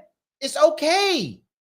If you like living in Brooklyn, please live in Brooklyn. Enjoy yourself. People who live in Brooklyn love Brooklyn. Good for you. But some people out in Wyoming County, they may not like Brooklyn. They don't want Brooklyn rules and laws and regulations and such, and they shouldn't have it. Let people be people. He's right. Right? He's like, well, yeah, some white conservatives with guns. They got farms and stuff. So he doesn't care. He wants to have farms too. He doesn't care. If you saw the people he was talking to, some of them were white. You saw his friend's sister talking about how, oh yeah, it's past, right? It's past just black. It's black, but it's also others too. It's a community. Yeah. Rome clearly cares about his black community, as he should. Does that make him racist? I actually don't care, but no. But even if he was, I don't care. So you can be racist. You can be it. That's okay, as long as you're not harming anyone. And that makes some people upset. But I would say that. But if we are going to have freedom, you don't harm others. You don't harm them. And he's clearly will take white people into his world. He already does. You saw it. He will take them in 100%. So you got your army, I got my army. You know, we can put all that bullshit to the side. I don't give a fuck if you racist. I got people that's prejudiced. Oh, well. Yes. You know, but we also have people that's fighting against us. And I'm pretty sure if we was to get our enemy from our negotiation table, we can talk peace. See that? You know what I'm saying? We would find out that we have way more in common. Like, why are we stocking up guns against the government, black and white? Yeah. You should think on that. Yeah, you should think on that. Why are we doing that? Why are we stacking up guns, black and white? Clearly, FBI agent, I am not stacking any guns in my home, so you have no need to raid me. So I'm not doing that. I'm just saying, in theory, why would we be doing that? Yes. And instead of people being so angry and going, evil people, you guys are bad, you're so horrible, you're so terrible, ask yourself why. Ask yourself why. Why do so many people want to check out of this system? Instead of going, well, you need to obey the law and do as we say, and we'll put our boot on your neck. At one point, it doesn't work. At one point, it doesn't. If all of a sudden you start getting that enough people are stocking up, you're going to have to back off, because here's the worst part. Even the military or the police force or whatever, they still have family in all of these neighborhoods. And at one point, the uniform that they're wearing, whatever that uniform is not going to be more important than their family. I don't know when that's going to happen, but it will. We see it happen throughout the entire world. All of a sudden, people take off the uniforms and go back home. That happened after our Civil War here in America. That happened in the Afghani war just a couple years back. Why did all those Afghani people give up and not fight the Taliban? Because Taliban said, don't you go home to your families? And they went, yeah, we do. They dropped their weapons and they went back home to their families. And at one point, that begins to happen. And when that happens, it doesn't matter if you're black or you're white. It matters if you care about your family and your community. We're on our way there. We should be thinking about this. It does matter. He's right. You know, and we can, if we can come together and create front lines of protection from the white militias to the black militias to he doesn't get a color. Russia to Africa, we damn near unstoppable. People want to overthrow America already. I don't want to overthrow America. but we can still build communities. We can still build communities. Ooh-wee. Good morning, y'all. Good morning. Okay, hold on. Before we go on that, I want to get that. Joe, thank you for doing some homework. Joe says nationwide, the clearance rate has reached a 50-year low in the U.S., according to the FBI. Homicide clearance rates fell to just over 50%. Oh, my God. 50%, only half. Well, the notorious clearance rates rose to between 60 and 90%, depending on who you ask. Okay, so he's exaggerating. Fine, I'm glad. Thank you, Rome, you're exaggerating, because that just seemed too crazy to me. I had a feeling that he exaggerated. Okay, exaggerated. Still, Rome, your point is still taken. Point taken, just there was some exaggeration there. No worries. Okay, yes, that's, to be forward, that's still horrible, Joe, right? The data you're showing me is still terrible. It's just not as mind-blowingly terrible as Rome said, but still terrible. So it's not like all of a sudden it's good. It's just less horrible on the horribleometer. So it's not like a 12, it's like a 8 on the horribleometer. The 13th, I told y'all it was going down, and it's going down as we planned. We might be running a little late, but you know black people. But it's still going down today. I want to thank everybody who helped us get this far. If you are in Detroit, if you are close to Detroit, come out. We're going to be in the 7 Mile and Hoover area on Drasting and Manning. That's the last block of Drasting, right by Osborne. Organizing. It's across the street from this park. You can't miss it. You're going to see a bright red flag. You're going to hear music. You're going to smell the barbecue. You're going to see the people. Oh, he's trying to make me hungry now. Pizza, barbecue. So come out if you can. If trying to make me hungry. If you don't, send somebody else to grab something for you. Now, I also look at that. Have a prize for a couple of random people. I'm going to be giving away breast pumps. We're going to be giving away $100 cash to a lucky winner.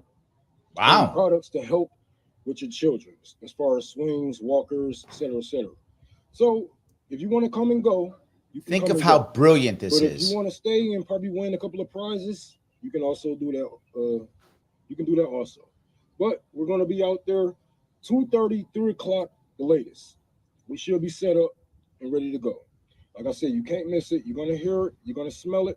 You're going to feel the good vibes coming off the block. So just come through. Now you're making me jealous, bro. And show us some love. Come get some love. Now you're making me jealous now. You got your back. You got ours. All right. So I'll see you out there soon, y'all. Brilliant, though.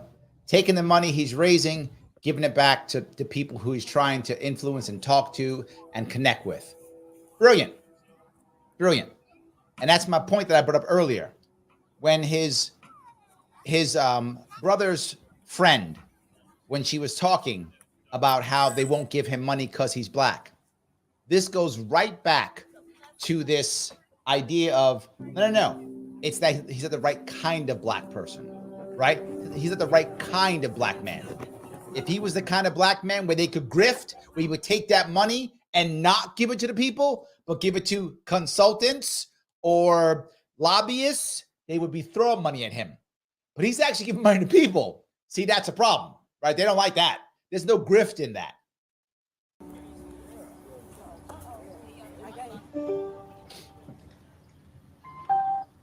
Sam asks, how's he funding these giveaways? Donations, so money? Both. Mostly donations. He does a lot of fundraising. So yes, mostly donations. I don't know why it's not working.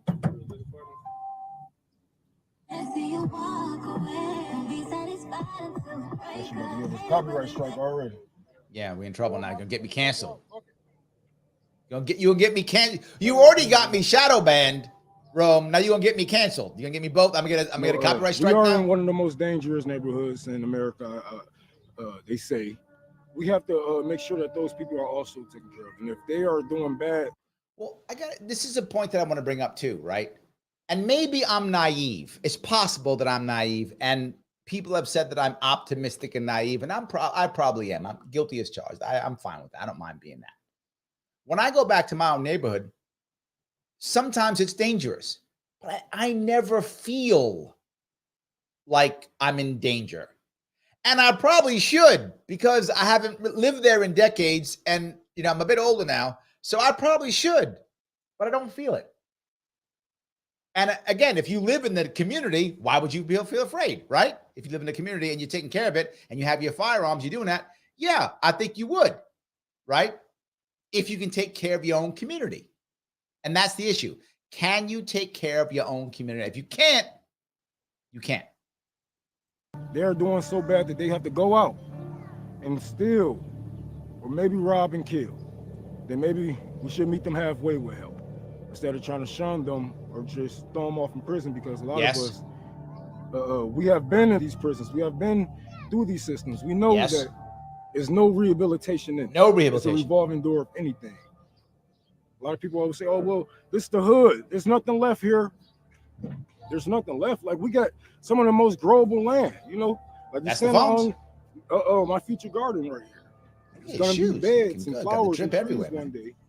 You know, and this is only because of the people. My grandmother voted. My grandfather voted.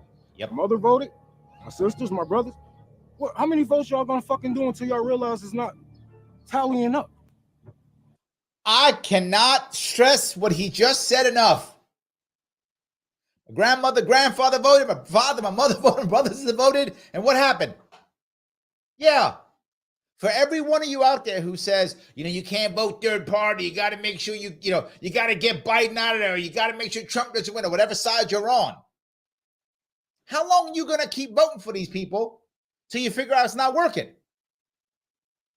People got mad at me when I was like, got to vote third party no matter what. You have to vote third party. You got to vote Libertarian. If you can't vote, if you don't vote Libertarian, vote Cornel West. I don't care. Vote third party no matter what. But I was back in a forward party last year, just vote, but they didn't run anybody in this case, but I was, vote third party, right? Vote. I'm going to actually be at this Saturday.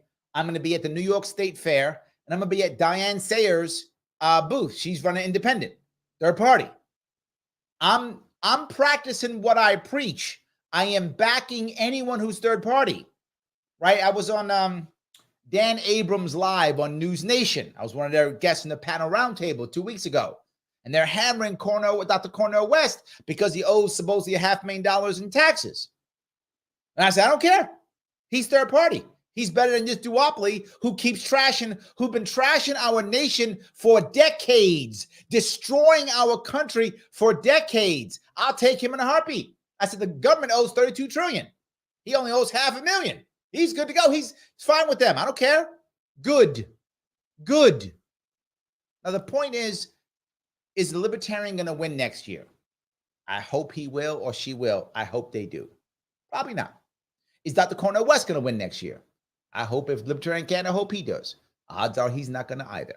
Odds are neither of them are going to win. Odds are it's going to be, Republican, Democrat, right? That's what it's probably going to be. I get it. I'm not fooling myself. But if enough people vote, it scares them. What the duopoly respects is one thing: power. That's it. Power. Whether it's political or, as Rome is speaking about, I will just say non-political, YouTube. Non-political is what I will say, YouTube. That's all I'll say. But power nonetheless. If we show them that we have power, they will have to react because that's all they respect is power. So let's show them some power. Clearly, I am biased. I'm a libertarian. I would rather a libertarian win. Of course I would. You've never seen me not say that. I wear it on my shirt. Of course that's true. But the system is broken. And if I can't get this system to be unbroken, I can't make any impact either. I can't. I don't want Rome to be right. I want him to be wrong. I'm not sure he is. I'm not sure he is. I want to be able to create a world to where he can support his community, support his family, support the people he loves without a system that crushes him. That's what I'd like to create. I think we can do that with liberty and freedom. I think we can. I hope I'm right. I hope he's wrong. But I don't actually know who is right and who's wrong. But we'll never find out if we don't break this system one way or the other. That's the most critical piece. We must break this system one way or the other. So we got to take back our community as a whole. Yes. Minds, take back our minds. Because once you got the minds, you have the body. Through people who's religious. White people too. Even our gangbangers. Right? So when I say death to America, I really mean death to America. I really mean death to racism. I really mean death to imperialism. You know, death to capitalism, death to everything that brought us here, that pushed us here and pushed us apart. Everything that they said that you are afraid of communism has happened already. How many houses do you have to lose to realize that this shit ain't working? He's not wrong, right? And again, I'm not a communist. I'm just saying he's not wrong. The system's not working. I don't think his answer is the right answer. However, if he were to take his answer, and this is a very libertarian thought process, for those of you who think I'm crazy, no, it's very libertarian. If he were to take his answer and to create his own commune in his own community under a communist banner, that is libertarian, as long as it's voluntary. It is. The Amish have a similar, it's not the same, but a similar model, not the same, but similar. To a certain extent, so do certain Hasidic Jewish communities here in Brooklyn and in upstate New York and Rockland County. To a similar, again, not the same, but similar. They have similar situations. Mennonites, a little bit, right? In the same area, kind of. I have no problem with any of that. If you want to create this world, if you want to start to make things, more socialistic in your own world and not force others, I'm okay. And if, you know what? If he's right and this is the right system and communism works well at a local level and people want to make it bigger voluntarily, then I'll be wrong. I will be proven wrong. This is the right answer and we'll all start copying it. I don't think that's true. But whether I think it's true or not, I should not enforce my will upon him or anybody else. Not on him or anybody else. And that's the problem. When government enforces socialism, it fails. If people choose to be socialistic and in themselves come up on their own communities, that's not what's fail. That's true. My point is I don't want government doing this at all, right? I don't want that at all. Sam goes on to say, wasn't it all the socialism and collectivism that led Detroit to where it is? I can think of a less free market city industry. Yes, it was government imposed and union imposed. And the problem is the unions became part of the government. They weren't actually free unions. I think you're right. Right? I think you're right. That did happen that way. That's government imposed. And that's what I don't want. You're right, Sam. It should not be government imposed. Not at all. Rex says, only time will tell if things work out or not too. Agreed. Yes. Agreed.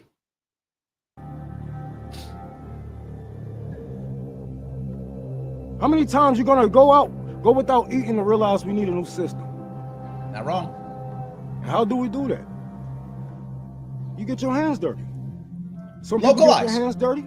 Yes. Some people get their hands bloody. But let's go dirty. Know is something has to change. Okay, see, we agree. He says some people get their hands dirty, some people get their hands bloody. I'm gonna go with dirty. I'm gonna go with dirty. That's what I'm gonna go. And I hope I can do the dirty part fast enough that we don't have to worry about the bloody part. That's where I'm going to go. It has to happen. And if we don't shape our future, they will for us. 100% true. As they have already. Totally accurate. Absolutely accurate what he said. 100% correct. I do. Whether you're a Malcolm-like. Go ahead. Or Martin-like. Whether you are violent or non-violent. As long as you are calling out these motherfuckers for their war crimes.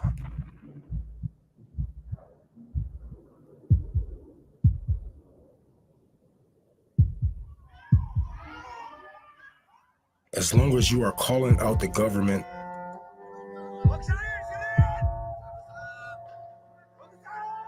they have a bullet for each and every last one of you. Not wrong.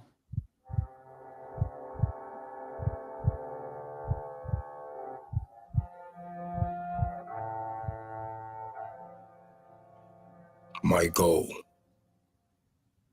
is to get you to realize your life has already been taken from you.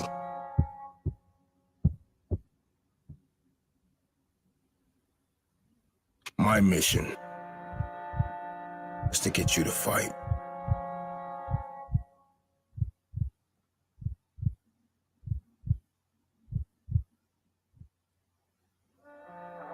With your focus or dedication for liberation, yes, for all creations.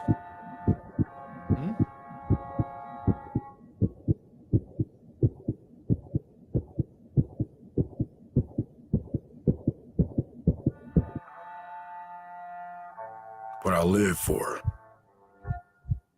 who I fed,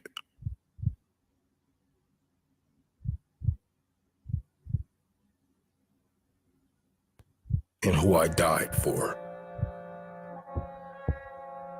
will all stand the test of time.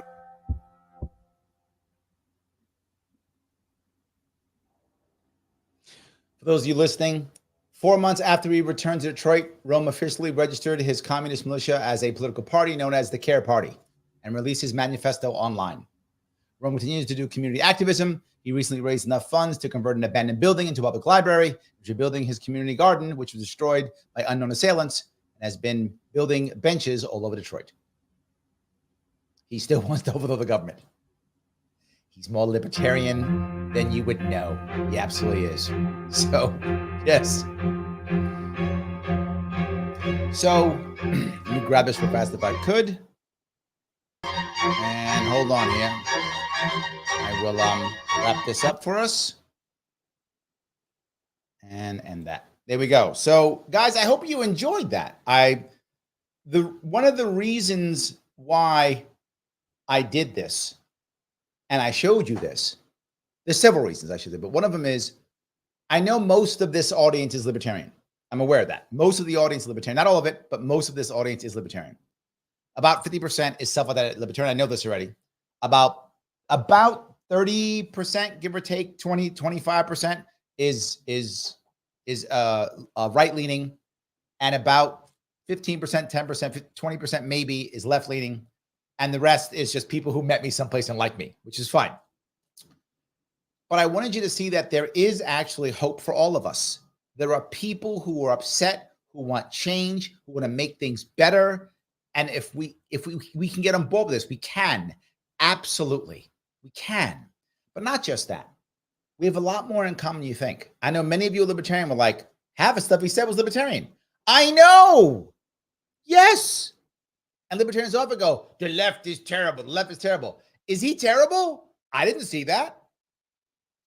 Now, is he a Democrat? No.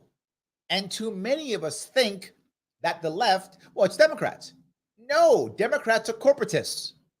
Republicans are corporatists, right? They're not left or right. Conservatives are actually conservative, and leftists are actually leftists. Democrats, Republicans are all corporatists. So we often look at Democrats and go, oh, there's the left. No, it isn't. That's the left. Real left, if that makes any sense, right? That piece really does matter. So let me grab a couple here. Mad Scientist Mike says, Rome is an excellent comrade of working class hero everyone can look up to. He says he does mutual aid drives for the nations and to fund his work. Yes, actually, I've given to a couple of his drives also. I have. Well, I don't know if it's his, but I've given to Revolutionary Blackout Network. I don't know if that's actually his drive or not, but I have given in the past. Yes, absolutely. So yes. Joe's TZ goes, not gonna lie, most terrible communist ever. So I think, Mike, Joe would say the opposite, because what Joe heard, and I heard the same thing, because Joe's TZ says, what libertarian produced this video? There are a lot of similarities in our desire to change the system, to support localism, to stop the government and the corporatocracy that we have right now. There's a lot of commonalities in hardcore libertarians and communists move forward. I know it sounds crazy, but it's actually true. And that's why I was trying to show you this. There are some allegiances that we can make. It really can happen. Patty says we all need more light in our lives. 100% yes, Patty. What a great way. Yes, thank you so much. Guys, I want you to please do me a small favor. If you like this, remember, by the way, I did use this with permission. I asked for permission.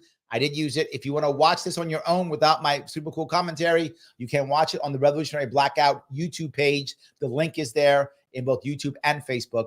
If you haven't clicked the like button already, please click it. You know this is going to get demonetized. You know it is. You know it's going to get shadow banned. So please, at least do me a favor. Click that like button. If you're watching on Twitter, please retweet this. It really does matter. If you are on YouTube, please share it someplace else's YouTube. You can share it anywhere you want. If you want to support me directly, you can.